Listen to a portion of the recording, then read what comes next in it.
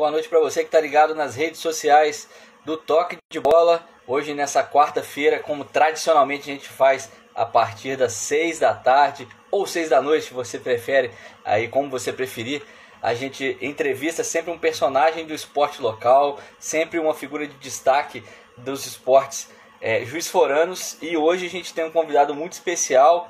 A gente tá para bater esse papo já tem um tempo, já a vida desse entrevistado é muito atribulada, então a gente conseguiu um espaçozinho na agenda do professor Maurício Bara, que vai estar aqui com a gente daqui a pouquinho. Eu já estou até com ele na tela aqui, mas deixa eu antes agradecer aos nossos patrocinadores que possibilitam sempre as lives que vocês sempre acompanham.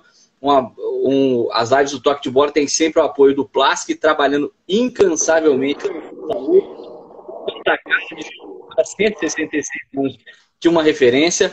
A Mastercall, agente autorizado, claro, com planos de pessoa física e agora também para sua empresa. Falar lá com o Marcelo Pedretti. E o projeto Cidadão Consciente da Hiperro Embalagens, o descarte correto de sacolas e embalagens plásticas, numa iniciativa show.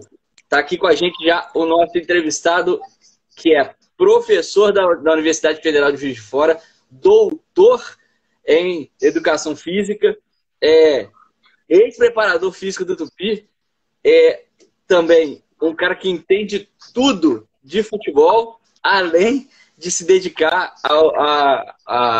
ao vôlei, que é hoje a principal atividade paralela ao ensino, né, Maurício? Um abraço para você e seja bem-vindo. Esse papo já está para rolar já tem um tempo, né?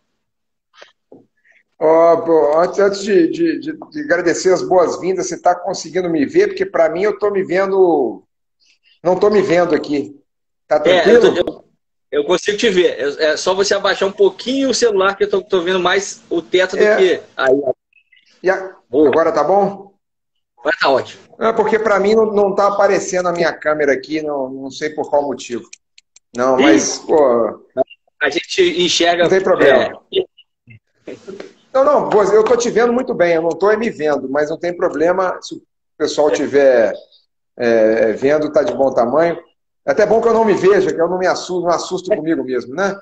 Aí, não, mas Wallace, obrigado aí pelas palavras. É sempre um prazer estar aí no Toque de Bola. Toque de Bola, além de um veículo de comunicação parceiro do JF Vôlei. Parceiro não significa que vai falar bem o tempo inteiro, vai criticar quando precisar criticar, mas parceiro nas nossas ações, parceiro nos nossos eventos, né? Transmitiu por internet os jogos várias vezes, vários anos, né? E a gente espera aí continuar aí com esse caminho aí que está muito aberto agora. E prazer estar com você, essa longa caminhada. Foi muito, muito legal. Se a gente for parar para contar todas as histórias, não tem informação, só vai ter história, né? Mas só comentar uma, né? A final aí da Taça Minas, primeira vez que o Tupi chegou ao final de um campeonato estadual, foi em Tuiutaba, o Boa Esporte jogava lá, né? E não tinha ninguém, só o Wallace. O único diferente da delegação era o Wallace, que apareceu lá, era repórter da tribuna e tudo, mas foi como torcedor, né? Um momento histórico. Acabou sendo um pouco triste que perdeu ali para mim foi um ícone. Perder uma final nos pênaltis é muito pior do que no tie-break no vôlei. Eu vou dizer isso para vocês, está gravado na minha vida. Mas estou aí. É isso aí. Muito bom. A história, né, Maurício? As nossas vidas profissionais vão se entremeando, né? Vão se cruzando. E é bom a gente poder aprender sempre e trocar uma ideia com gente tão inteligente, tão aberta e avançada como o Maurício. O Maurício é um dos mais do esporte em geral. Mas vamos parar com a radiação de seda, né? Vou agradecer primeiro o pessoal que já está aqui, ó. Já lotando a live aqui, ó. O Marcão já está aqui, seu treinador. O Diretório Bara, a Elisete Mendes, o Egton Toledo, seu parceiro também. A galera já está aqui invadindo a live. Mandem comentários, façam perguntas que nós vamos tentar responder aqui. Maurício, eu sei que nesses tempos a gente tem novidade já para a próxima temporada, mas eu vou pedir para a gente tratar isso um pouquinho mais para frente. Porque eu vou te propor agora uma volta no tempo. passados aí 6 meses, quase 7 meses de inatividade nos esportes em geral, a gente lembra muito daquele dia, né? Do dia que foi cancelado o jogo com o Brasília, horas antes da partida acontecer, horas antes das equipes entrarem em quadra, a CBV cancela o jogo e para a Superliga B. Você lembra como é que foi a sequência de eventos desse dia? Como é que paralisou-se a Superliga B naquele dia 14 de março, lá atrás? Não, eu me lembro muito bem, assim, até da véspera, porque a gente até se antecipou. É difícil dizer agora, né? É mais fácil falar agora. Enfim, na época a gente não tinha muito pouco caso no Brasil e cancelou o jogo. Na véspera, eu voltando do Rio, eu estava no Rio, eu estava voltando direto para o treino, né? Eu voltei até direto para o treino. Mas no caminho, eu falando com o Toledo aí, que tá com a gente aí, Toledo, vamos antecipar e vamos fazer portões fechados. Foi uma decisão muito dura, né? Porque a gente sabia que era um jogo decisivo, mas para evitar também algum tipo de... Bom, era uma ação preventiva. E a gente decretou portões fechados na sexta-feira, até ligamos para a CBV e falamos isso. E preparando para o jogo já, né? Claro que era uma coisa nova jogar com a sem torcida. Até que eu estava tomando banho e tocou meu telefone, e como era momentos próximos ao jogo, eu estava com o telefone muito próximo, né? Não é muito meu hábito, ações assim. E aí tocou o telefone e com o supervisor de Brasília, o professor Flávio Thyssen, Maurício, está sabendo? Pô, cancelaram o jogo. Eu falei, cara, cancelaram o jogo. Aí subimos para o ginásio para poder começar a entender esse processo. Foi tudo muito rápido, né? E a CBV também foi muito rápida nisso. Assim, não sei se foi a melhor atitude, né? Suspendeu o campeonato por 15 dias, mas chamou uma reunião com 4 dias. Né? E a gente acabou votando contra o encerramento naquele momento. Né? Nós, Brasília e Anápolis. E assim, nós três. De fato, o que aconteceu na votação? Foi muito simples. Os 2 primeiros, Guarulhos e Uberlândia, votaram para acabar logo para ficar com a vaga da Superliga. Eu entendo. Os 2 últimos, Lavras e São José, estavam sofrendo muito no processo, votaram para acabar logo, mesmo sendo rebaixados. Né? Seria muito difícil eles reverterem. Lavras, inclusive, tinha perdido já o primeiro jogo para Guarulhos, nas quartas. Teve um jogo das quartas, foi na sexta-feira. E Canoas também, acho que deu por encerrado ali. Então, quer dizer, a votação não foi pelo Covid, né? A votação foi pela conveniência das equipes. A gente acreditava que a gente podia esperar um pouco mais para tomar a decisão final. Foi um pouco decepcionante para a gente ali naquele momento, porque foi um momento que a gente vivia o nosso melhor momento na temporada, né? Vinha de 4 vitórias em 5 jogos, tinha vencido o Brasília lá dentro, num jogo muito duro, moralmente foi um jogo muito importante para a gente. Então foi isso, o resumo do dia 13 para o dia 14. E aí você já se antecipou dizendo da decisão da CBV, falando do encerramento, né, da competição como estava, e aí subiram os 2 primeiros, né, foram para a Superliga A. E aí, Maurício, um mercado, né, um vôlei brasileiro que já é cheio de incertezas, ficou mais cheio ainda, né? Esse processo de encerramento da temporada acaba ficando até um pouco mais pesado do que as outras temporadas anteriores, né? Porque ela foi interrompida no meio. Como é que foram as reuniões logo após, até por uma reavaliação que vocês sempre fazem temporada a temporada, de para onde está indo o projeto, para onde caminham os jogos, como é que foram essas reuniões logo após o encerramento e como é que elas foram caminhando ao longo dos meses? Bom, primeiro uma sensação de um pouco de impotência, não tinha muito o que a gente fazer em relação a essa decisão, isso é fato. Voltando a dizer, um pouco de decepção, acho que os jogadores também perceberam que a gente vivia um ótimo momento, né? O time estava realmente amadurecendo, estava entendendo, porque foi um time de curto tempo, né?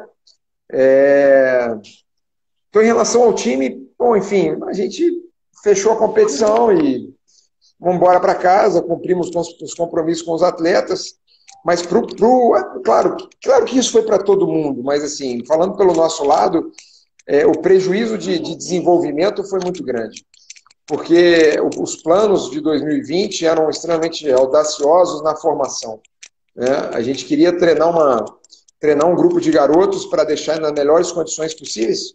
Vários vão estar com a gente, né, numa Superliga B, uma ação de aumento de núcleos de iniciação. A gente hoje tem 4 núcleos de iniciação, que são aí, que eu considero hoje muito mais o motor do projeto do que o time. O time é o volante ali, vamos dizer assim, mas o motor do projeto, a gente está nos núcleos, a gente queria aumentar, a gente vai aumentar, mas perdemos um ano, né? E vários garotos que estão nos núcleos, que já estavam inseridos nas equipes de base do projeto, o Marcão também dirige, jogamos o Campeonato Mineiro Sub-15.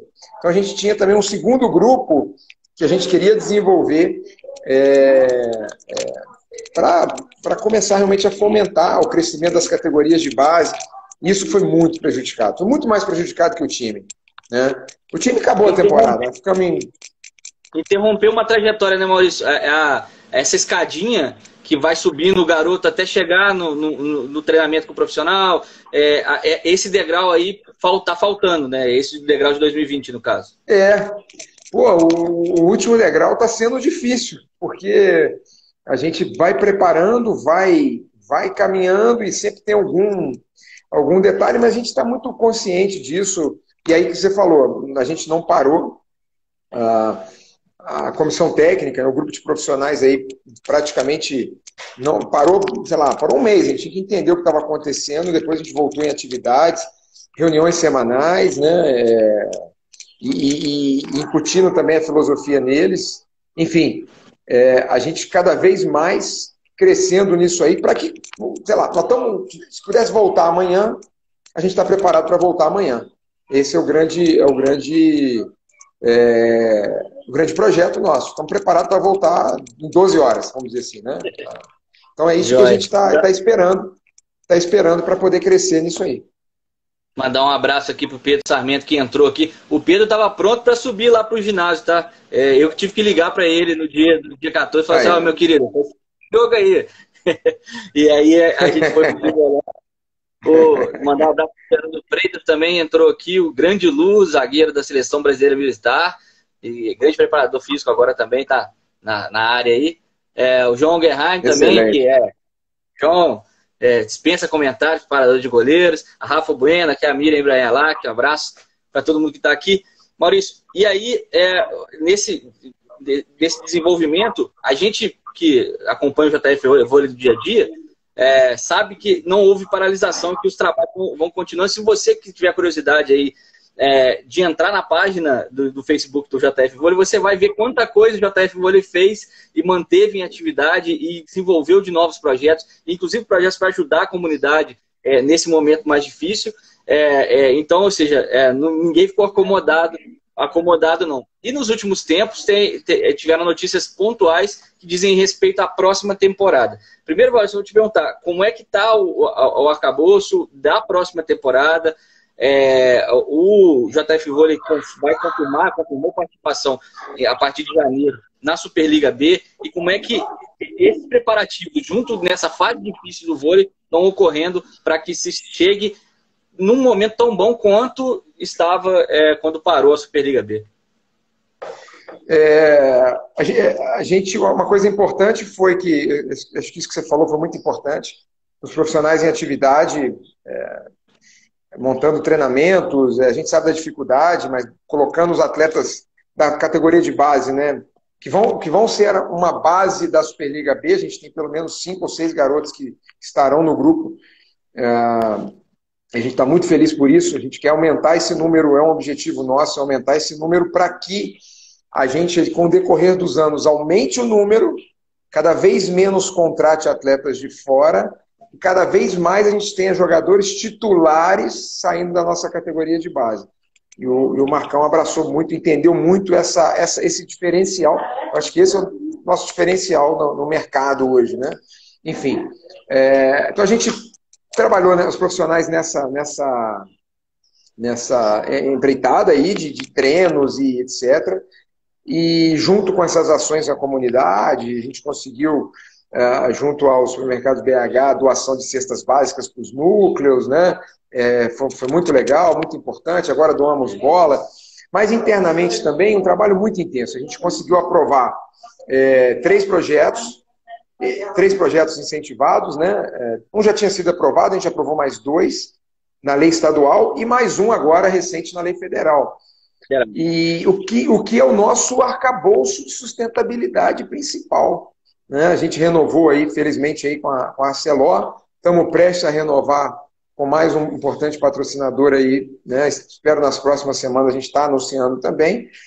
Então, o momento, apesar de toda a dificuldade, não é de esbanjação, mas é de muita sedimentação, né? Vamos imaginar, eu posso dizer que até o meio do ano que vem, pelo menos, isso minimamente, eu tenho todas as despesas com os profissionais, quando eu digo da comissão técnica, já garantidos, né? Talvez até o final de 2021, até entrando um pouquinho em 2022, as despesas aí competitivas também vão estar em caixa aí nos próximos meses, em função do processo da lei de incentivo. Isso é um grande avanço para a gente, foi o que a gente lutou, né, desde que a gente criou a associação aí que faz a gestão do JF Vôlei, a ZEPEL, né, foi uma grande luta nossa. Claro que não tem brecha ainda para a gente contratar jogadores caros, porque a grande lacuna hoje é o salário de atletas, como qualquer projeto, né? Dizendo, estão confirmados para o Superliga B, vamos jogar. E infelizmente a gente não pôde entrar no Campeonato Mineiro porque sem estrutura de treinamento ainda. Então a gente não fez nenhum treino com bola, os garotos estão treinando aí fisicamente, etc. Então, Superliga B é garantido, vamos ver se a gente consegue apresentar o quanto antes. No ano passado, a saída para poder dar o ritmo aos atletas foi organizar torneios, Maurício. Isso é um pouco mais difícil num contexto de viagem de pandemia, tem que, obviamente, as equipes vão ser testadas para entrar em quadro umas com as outras e tal. Existe essa possibilidade de organizar aqueles torneios de fim de ano que a gente se acostumou até aqui em Juiz de Fora a assistir, ou de início de ano, para poder dar aquela arrancada final para poder entrar na Superliga B com ritmo? Pô, é muito interessante que esses torneios aí já começaram a fazer parte do nosso calendário e a gente já é cobrado por algumas equipes que a gente não convidou, né? E aí, quando é que vai fazer?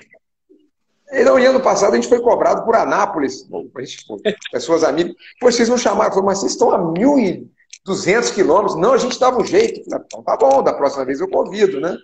Mas é isso aí, a ideia entre dezembro e janeiro, realizar a Copa da Amizade, que é uma Copa introdutória, a gente chama equipes amadoras, mas de muita qualidade aí da região, né? Tivemos aí Três Rios jogando, tivemos Barbacena, tivemos equipes aqui de Juiz de Fora também, Congonhas, né? A gente vai chamando, e uma segunda competição já com algumas equipes da Superliga B, sempre que possível, né? Que foi a Copa Trade, já fizemos 2 edições. Então vamos ver se a gente reedita. Fui cobrado até numa Copa da Base, né? A gente fez uma Copa Suprema e já me cobraram a segunda Copa. Eu falei, nossa, tem que voltar, claro. Então isso é muito importante, é muito legal a gente ter essa periodicidade, que isso vire, como é que eu vou dizer, tradição mesmo, esses eventos. E eu acho que agora, com esses adventos novos da transmissão, a gente vai ganhar uma amplitude muito grande nesses torneios, né? O Toledo vem defendendo isso, falando, olha, daqui a pouco a gente vai conseguir, né? Porque a gente transmitiu mas a gente começar a transmitir todos os eventos, bom, enfim, esse é um dos planejamentos nossos aí para frente.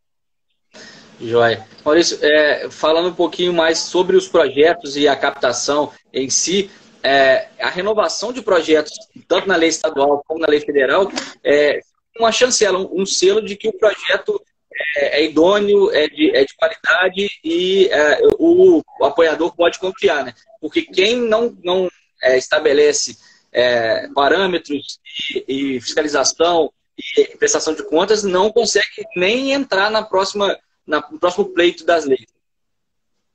Isso é um ponto muito importante e às vezes o pessoal me liga e fala assim, poxa, eu quero fazer um projeto. Eu falei, tudo bem, mas tem um caminho um pouco longo, não foi de uma hora para outra que a gente está rodando, né? Isso aí que você falou, primeiro, se você não tiver todas as certidões negativas, você não entra. Você não nem consegue pleitear. Quer dizer, você até consegue apresentar o projeto, mas você não consegue depois executar. No Ministério do Esporte, hoje tem uma certificação que exige toda a transparência de atividades e de balanços financeiros dos 2 últimos anos. Já está no nosso site, inclusive, isso. A gente já tem no nosso site todo o balanço dos 2 anos, todo o processo de governança, né? A gente também vai aprendendo com isso e é um processo muito interessante, porque aquilo vira rotina e a gente não abre mão dele. A gente nunca abriu, a gente sempre prestou conta, mas agora de maneira oficial, né, dentro de um órgão. Então, eu só consigo utilizar a verba que eu tenho dentro do Ministério do Esporte a partir da certificação que depende desses fatores. Então, a gente queremos continuar nisso, trazer mais parceiros, não importa o tamanho do parceiro, né? Se ele é pequeno e pode aportar um valor menor ou um parceiro maior, não importa. Para a gente é tão importante quanto. A gente tem todas essas características dentro do projeto. Né? Tem parceiro que dá produto e tem parceiro que efetivamente entra com recurso financeiro. E a gente encaixa todo mundo. E a lei de incentivo também passa por aí. É bom lembrar que não só empresas, mas pessoas físicas também podem doar através de renúncia do imposto de renda, né, fiscal. Essa é muito bem lembrado, essa é um braço que a gente quer ampliar. Eu não sei se a gente vai conseguir ampliar esse ano, 2020 para 2021, mas está no nosso planejamento para a gente realmente facilitar para que a pessoa física também faça a sua doação, né, de maneira natural e também seja mais um aporte de recursos aí, e mais um parceiro, né, para o projeto. Maurício, esse montante arrecadado, às vezes ele é em partes e desmembrado, e aí os valores acabam ficando flutuantes. Mas ele não vai todo para o time profissional, né? Ele banca os projetos de núcleos pela cidade. Fala um pouquinho desse trabalho que você já citou um pouco, que você quer que no futuro, e no futuro bem próximo já, porque estamos vendo aí 5, 6 jovens já estão trabalhando, que vieram evoluindo dos núcleos para chegar no time principal e já estão chegando nessa próxima temporada. Mas fala um pouquinho desse trabalho e desse aporte, né? Os parceiros também abraçam essa iniciativa de núcleos pela cidade. Sim. A gente tem 3 projetos hoje na lei estadual. Ele está relacionado com pagamentos profissionais, dos quais aí todos estão envolvidos diretamente no projeto dos núcleos e alguns na equipe, né? Então, o Marcão, por exemplo, é o treinador, mas ele também é o coordenador técnico, né? Ele é o responsável pela capacitação dos professores, né? E dos bolsistas que trabalham com a gente. Até para Maurício, para poder não desassociar a equipe profissional de quem está vindo da base. Foi a condição que eu impus, assim, no bom sentido, né?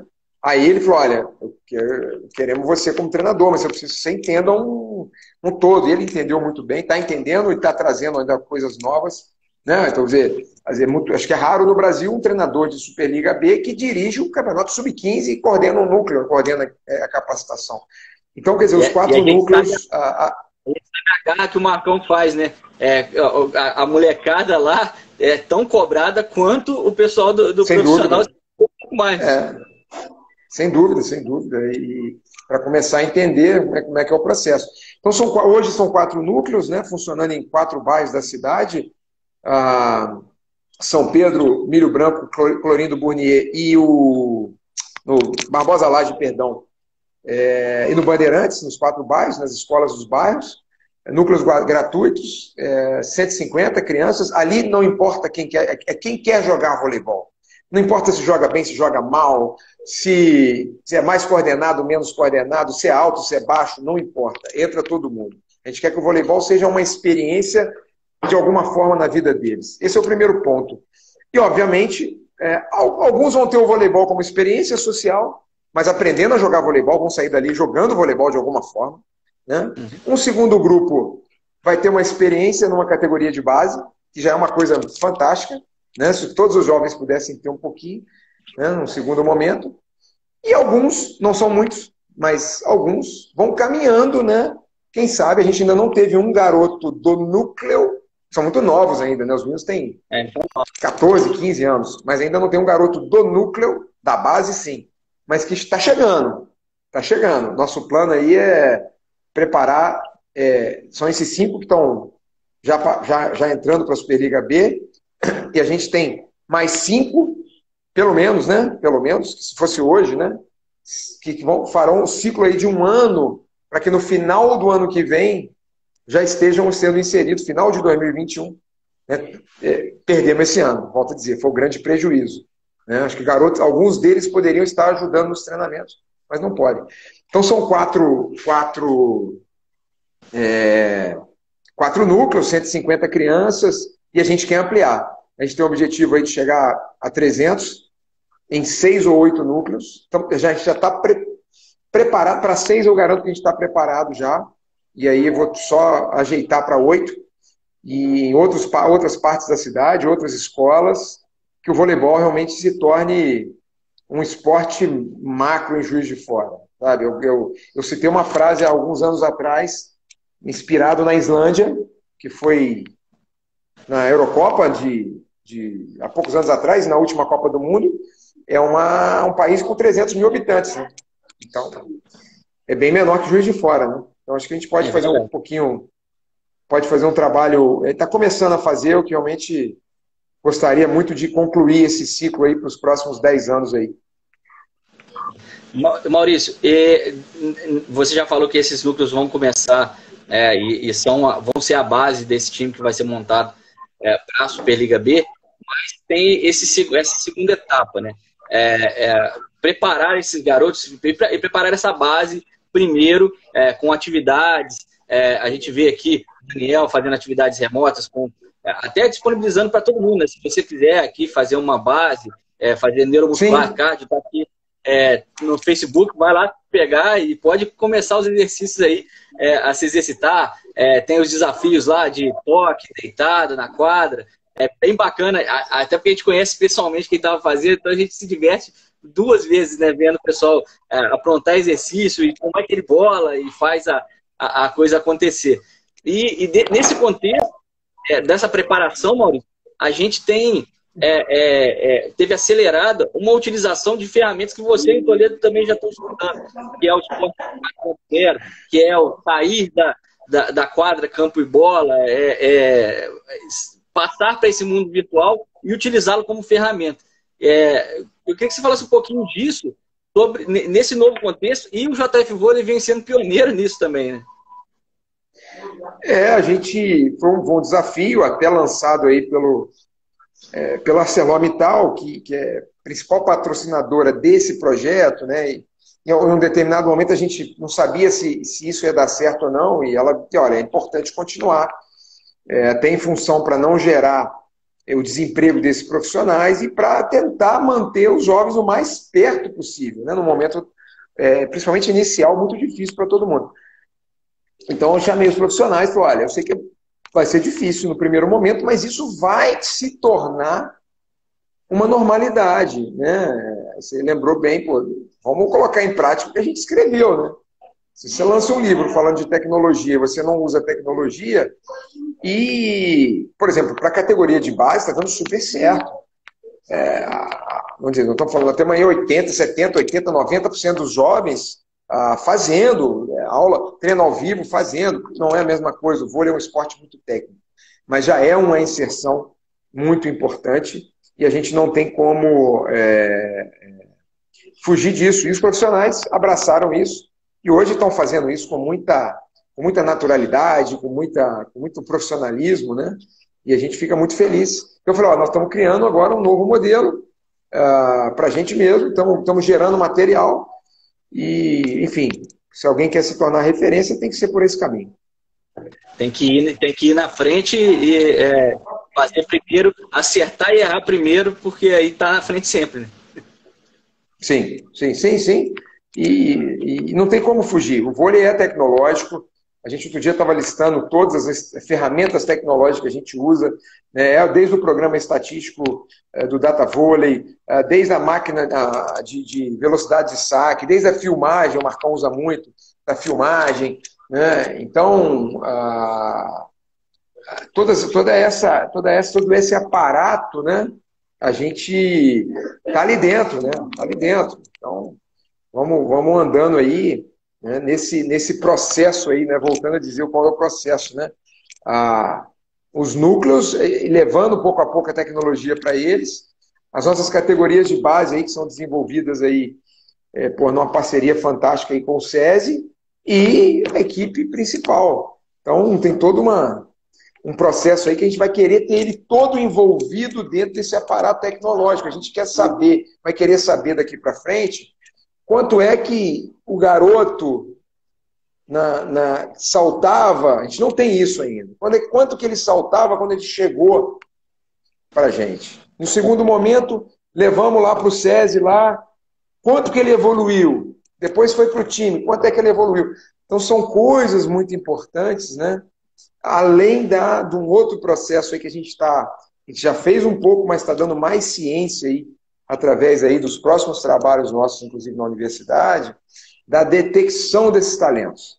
Né? Detecção mais rápida de quem é que tem o melhor, não é a regra, mas quem é que tem uma melhor propensão física a realmente se destacar lá no SESI e se destacar no time principal. Então, é um processo longo, vai dar muito trabalho, mas a gente confia que esse é o caminho a ser trilhado.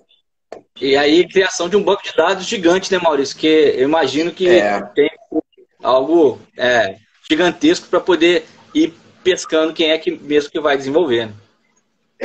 Exatamente. Aí, a partir daí, a gente vai com o tempo cruzando e já facilitando, digamos assim, o nosso entendimento de quem está no núcleo. Eu volto a dizer, o objetivo do núcleo é muito mais amplo do que isso. Mas ele também é isso. A gente também quer pensar talentos ali. Afunila, exatamente. Maurício, como o projeto de vôlei, do JF Vôlei nasce na universidade, ele também cria expectativas nesse mundo acadêmico, né? E a gente já vê trabalhos utilizando o JF Vôlei como exemplo e como referência e saindo de dentro do JF Vôlei. Como é que está nessa parte? O JF Vôlei cumpre o que você imaginava lá no início, extrapolou? Como é que está essa parte acadêmica que vai utilizando o time para poder se desenvolver, não só recursos humanos, como trabalhos apresentados até fora do Brasil, né? Ele extrapolou o que eu imaginava, mas também tem muita coisa adormecida. Então, quer dizer, ele foi muito mais do que a gente imaginou em termos de trabalhos acadêmicos, né? Outro dia, eu recebi a notícia de um trabalho que está sendo avaliado e que é um trabalho de revisão sistemática estrangeiro, numa revista australiana, sobre voleibol. E dentro dessa revisão sistemática, eles estão citando, o trabalho nem está aprovado ainda não, foi informação privilegiada que eu tive, né? Assim, tem 13 artigos do nosso grupo, né, da UFJF, citados sobre voleibol. Então isso extrapolou as fronteiras, né? Alunos nossos aí, o Marcos na Finlândia, fazendo seu mestrado lá com o trabalho. Só que o banco de dados não foi 100% utilizado. E aí o banco de dados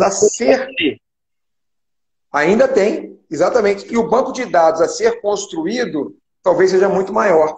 Então eu realmente preciso de energia, mas preciso também de braços, né? Que são os meus alunos que abracem isso, porque isso pode dar A gente está trabalhando em três braços, né? O braço do controle da carga, que hoje é o braço forte internacional nosso, vamos chamar assim, onde o grupo é reconhecido, mas a gente chegou num limite normal, tem alguma coisa a ser feito, mas a gente vai entrar nesse braço da detecção de talentos, né, e entrar no braço da metodologia de ensino, né, metodologia de treinamento. Pelo trabalho do Marcão de mestrado é isso, né? A gente deixar uma metodologia escrita para jovens, no primeiro trabalho, de 15 a 19 anos. Enfim, é uma coisa grande, mas você tem que fazer, eu aprendi uma coisa, fazer uma coisa de cada vez, um passo de cada vez, né, um dia de cada vez, e assim vai. E cumprindo a função original, que não só de levar entretenimento e vôlei profissional para o mercado carente, como é o de fora, mas trazer, arrastar com ele a formação de jovens e o processo de aprendizado acadêmico também, né? O JF Vôlei é um exemplo de sucesso, enquadra fora dela e vai trilhando um caminho firme para poder se perpetuar. Eu acho que você acompanhou bem no início, foi uma briga de entendimento até com várias esferas, né?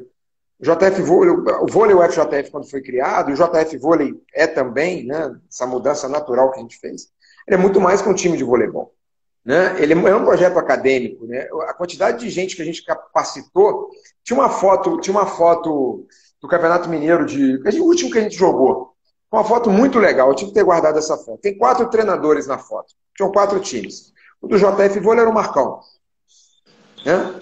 O do Minas era o Guilherme, que hoje está em Guarulhos. Foi nosso auxílio, a primeira experiência dele foi aqui. O representando o Lavras, o Henrique, que foi treinador aqui 2 anos. E tinha o Marcelo Mendes, eu acho, representando o Sada, alguma coisa assim. Então, quer dizer, dos 4 caras da foto, 3 que tiveram a primeira oportunidade aí como treinador ou auxiliar, aqui conosco, né? E estão aí no mercado. É um exemplo. Fora os que se formaram. Então, eu tenho muita tranquilidade para poder falar isso, assim, muito orgulho, né? Que é muito mais que uma equipe. É claro que o resultado importa, mas tem muitos outros resultados ao redor disso, né? É claro que quando a gente sempre fala, a gente entra na quadra para ganhar qualquer jogo, mas você citou aí vários trabalhos que saíram do projeto, inúmeros cursos de capacitação, a gente vai aumentar muito isso, são outro braço. Então, a gente fica muito feliz de olhar para trás, mas tem que olhar para frente também. O que a gente vai fazer? Muito orgulhoso do que fez, mas querendo realmente aprimorar o sistema no próximo ciclo aí. Vou mandar um abraço aqui para a galera que já entrou mais gente, ó. Matheus Celestino, Matheus Nascimento, Marco Aurélio 18 Del Papa, conhece esse aí, não? Esse aí é cova criada. Gustavo Bellini, Zé Antônio Bara. Você vê que minha turma tá aí. Zé Antônio Bara, Marcão, veio todo mundo me defender. Se o bicho pegar. É isso aí. É importante aí. Pode apertar o Maurício aqui, gente. Pode apertar. Se fizer pergunta para ele discreta, eu faço. Não tem problema, não. Aqui, Maurício. Você citava quadra e bola. Vamos um pouquinho para quadra e bola. O que você tem acompanhado dos jogos que estão ocorrendo no Brasil, também lá fora? Primeiro, eu queria saber desse contexto de jogadores. Muita gente saiu, Maurício, daqui ou conseguiu ficar lá fora por conta desse contexto da pandemia. Você tem que estar mais ligado nesse mercado de contratações, inclusive, vendo, né, muita gente que às vezes quer retornar e não está naquele ritmo e tal. E aí o JF Vôlei sempre pega porque é mais experiente e aí dá aquela casca suficiente para poder jogar a Superliga. Como é que está esse mercado do vôlei? Como é que você reconhece? A gente viu aqui as participações do Pirulito, que estava falando aqui no Facebook. Como é que está esse mercado lá fora e aqui no Brasil? Eu acho que nós temos orgulho, e você acompanhou de perto, de dizer que a gente participou das 2 Superligas mais difíceis da história. Foi 2011, 12 e 12, 13. Era muito difícil ganhar um jogo ali. Era uma coisa de louco, cara. Assim, só quem foi lá ver o jogo que vai entender. Né? As equipes... eu tenho uma ideia. O RJX, que foi campeão no segundo ano e tinha a seleção brasileira, ficou em 7º na fase classificatória. Agora, esse ano, aí pegando o que eu estou querendo chegar no que você falou, um êxodo de jogador, assim, absurdo.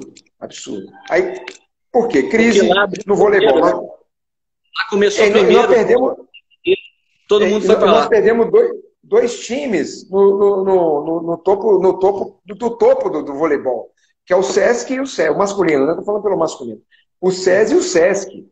Isso aí jogou o mercado para baixo financeiramente. Então, os bons jogadores, bons não, alguns bons jogadores, vários bons jogadores, junto à alta do dólar, então qualquer $1.000, 1.000 que o jogador recebe, são 6 mil reais. Se ele recebe 2 mil euros, são 12 mil reais. Né? Então, é um êxodo longo. Eu acho que a Superliga esse ano vai ser completamente diferente. Né? A gente vai ter uma queda no nível técnico das equipes, normal.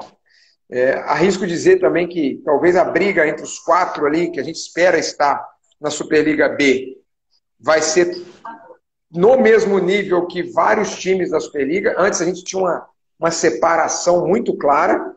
Às vezes um time era bom para estar na Superliga, 2 no máximo. Hoje eu acho que não.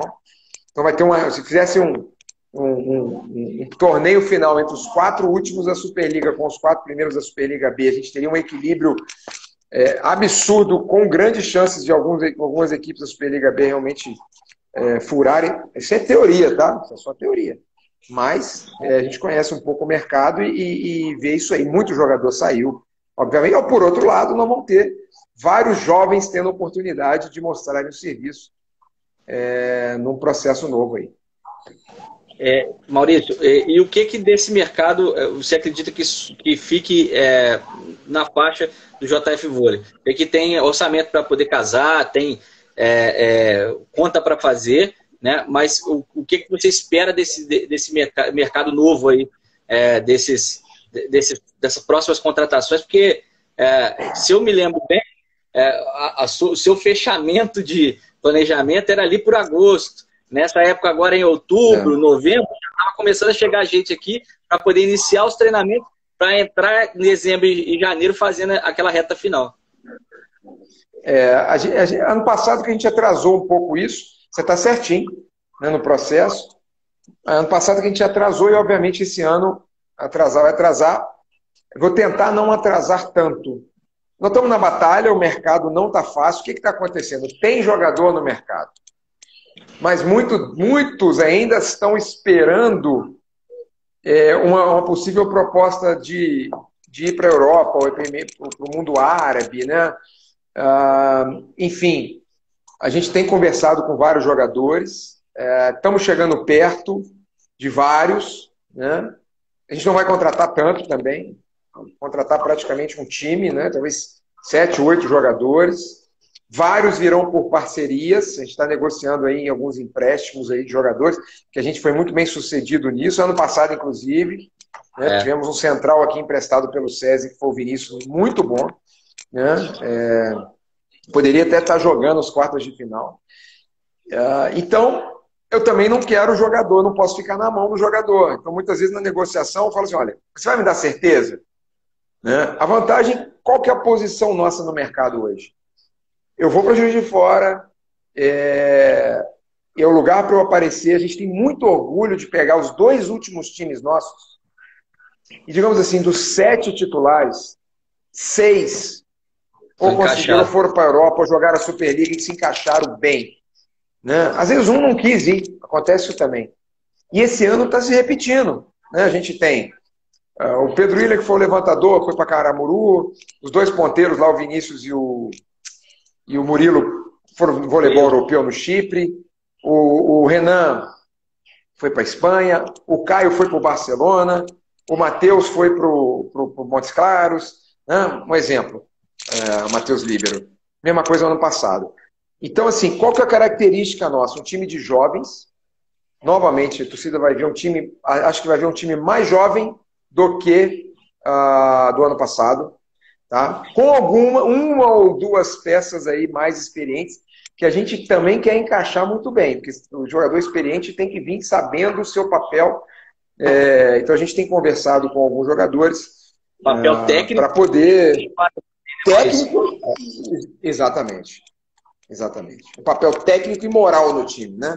Então é pior você ter um jogador veterano que realmente ele não está muito afim de jogar. Eu sempre pergunto, você tem paciência? Você está afim de jogar a Superliga B, cara? Que é uma competição muito legal de jogar.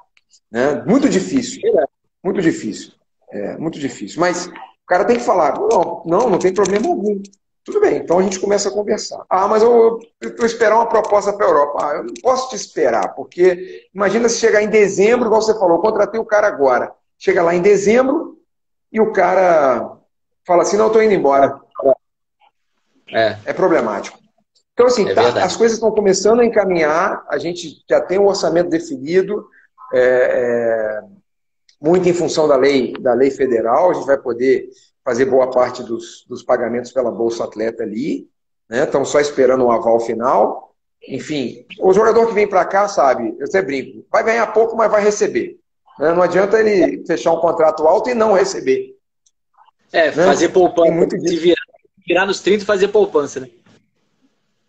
Exatamente. O que aconteceu no voleibol.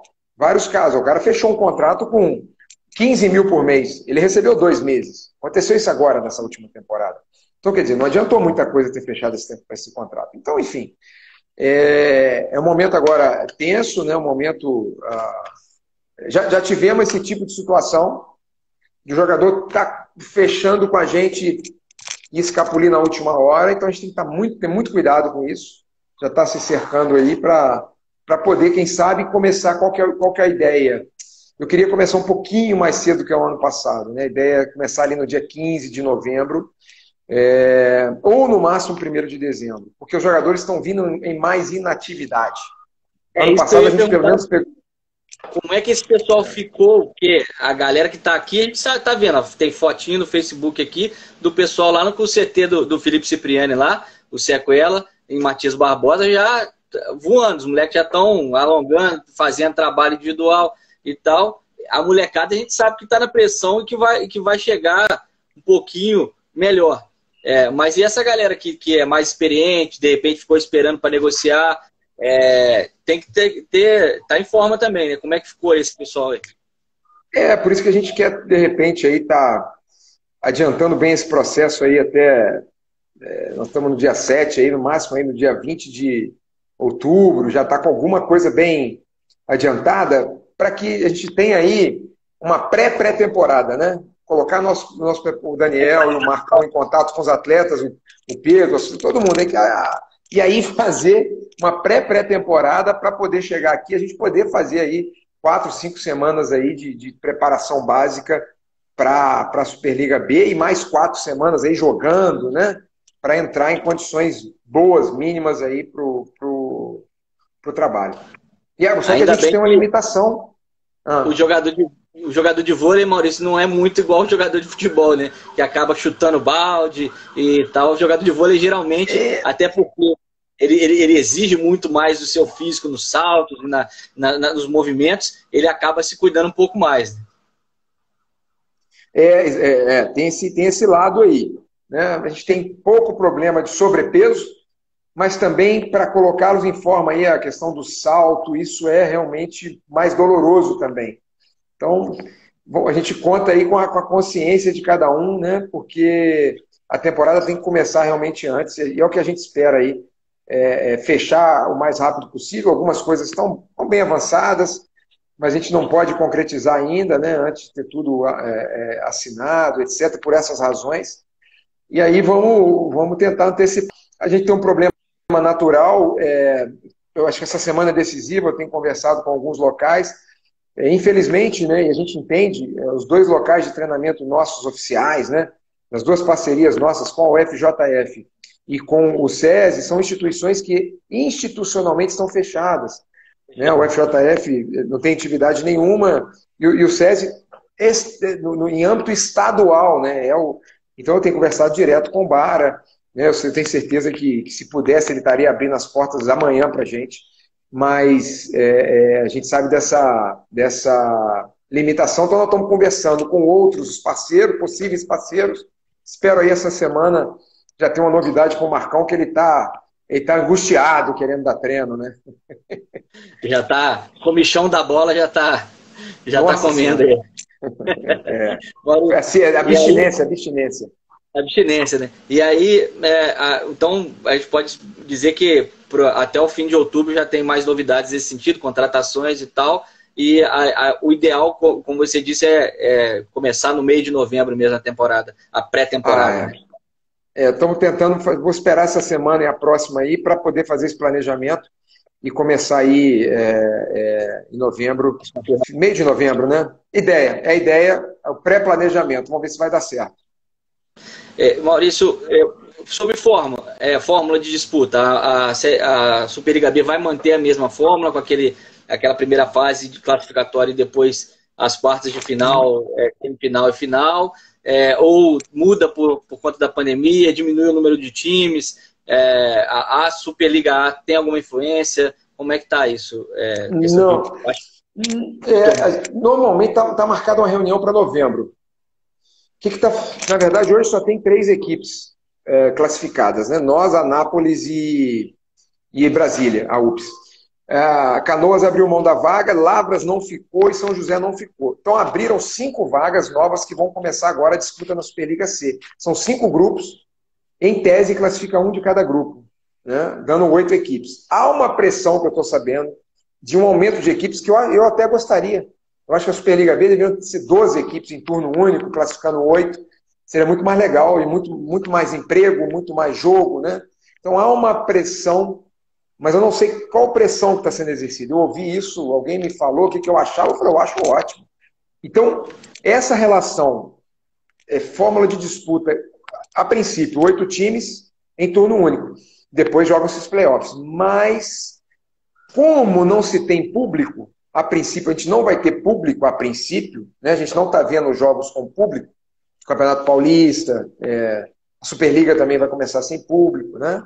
Pode ser que surja uma nova fórmula, entendeu, Wallace? Talvez em circuitos, reunindo 4 equipes ou 3 equipes, fazendo um triangular ou fazendo um quadrangular, somando aí 3 participações. Isso é só, não tem nada decidido e vai se esperar aí a reunião de novembro aí para, provavelmente vai ser online, né? Então a gente vai ter essa participação em meados de novembro para definir essas questões. se o JF Vôlei não puder atuar nem no SESI nem na UFJF, a principal alternativa, você já pensou, tem essa parceria? Provavelmente a gente do Toque vai estar lá, então a gente já vai se comunicando, que é para poder arrumar. Não sei. Não sei. Assim, mesmo que a gente tomasse uma decisão hoje, as coisas podem mudar, né? Até janeiro. Então, a gente vai esperar o máximo.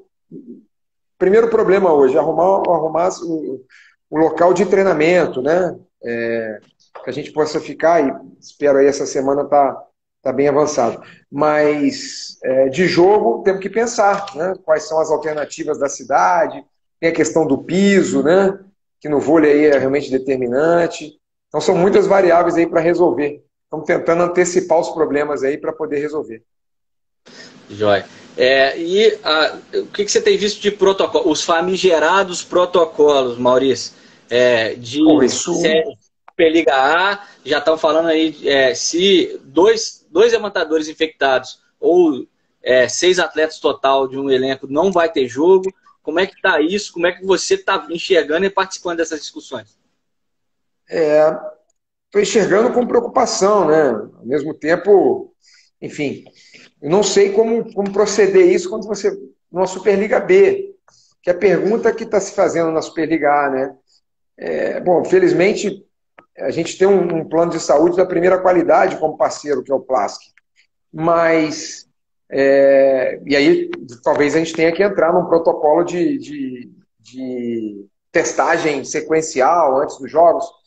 Mas e aí? Poxa, eu viajei lá para Brasília, cheguei lá e recebi a notícia que eu tive 6. É muito complicado, porque é uma coisa, mas às vezes a gente não consegue voltar, né?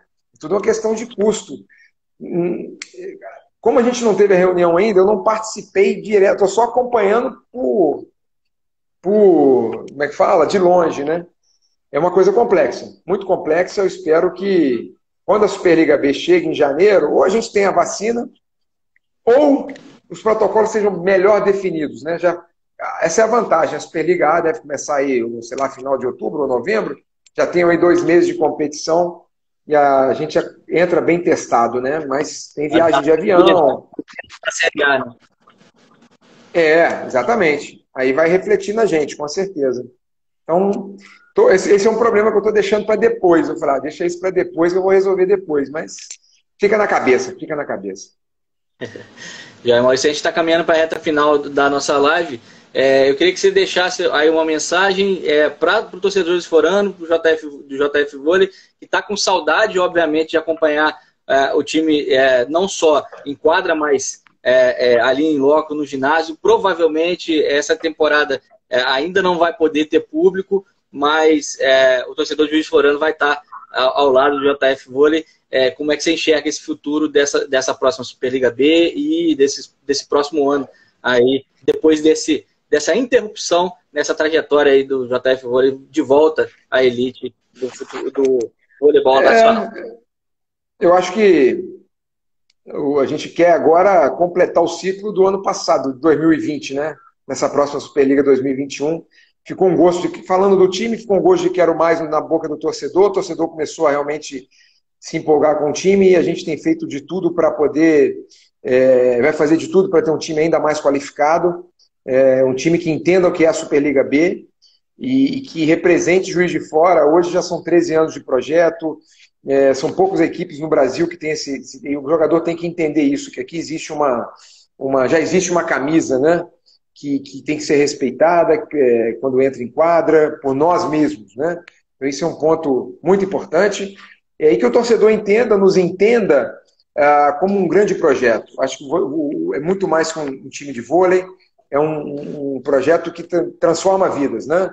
Transforma desde a vida do jovem, a gente vai ver isso nos próximos anos, do jovem que não tinha condição de jogar vôlei, de praticar esporte, e cresceu nesse meio, não só jogando vôlei, mas foi estudar, foi se formar, e o JF Vôlei fez parte da vida dele, né? Que as categorias de base, a gente cada vez mais nós vamos ver garotos aí da cidade jogando com a gente, não é um processo fácil, igual você falou, o último degrau é muito difícil, enfim, e muita novidade vai chegar para o torcedor.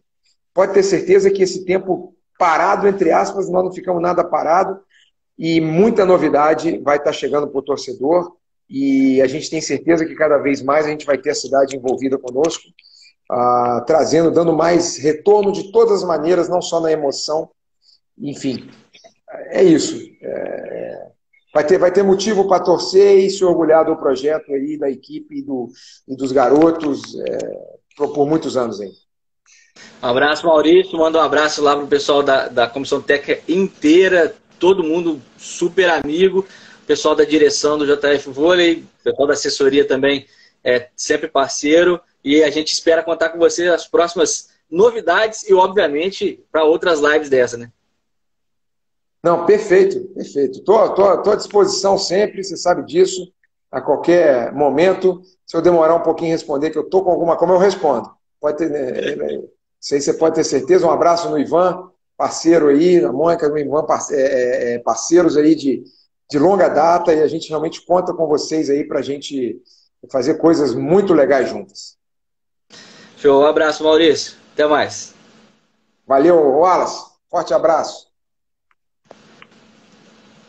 Tá aí, então, esse foi o Maurício Bara, diretor técnico do JF Vôlei. Grandes informações, você ficou sabendo aí os planejamentos para o futuro do JF Vôlei, o que o JF Vôlei ficou fazendo nessa parada por conta da pandemia, quais são os próximos passos. Então, fica ligado que vem mais novidade aí, o Toque de Bola vai estar junto, obviamente, como você viu, a gente é parceiro, a gente está junto e a gente sempre torce para as equipes daqui. Agradecendo aos parceiros, porque as lives do Toque de Bola têm apoio do Plask, trabalhando incansavelmente pela sua saúde, Santa Casa de Juiz de Fora, 166 anos de uma referência, Mastercall, agente autorizado, claro, planos para pessoa física e agora também para pessoa jurídica. E para você falar com o Marcelo Pedretti, e o projeto Cidadão Consciente da Hiperroll Embalagens, descarte correto de sacolas e embalagens plásticas no Iniciativa Show. Um abraço para vocês. Sexta-feira tem live do Toque de Bola, meio-dia. Não perde, porque o final de semana está cheio e a gente está atrás de tudo para você. Um abraço.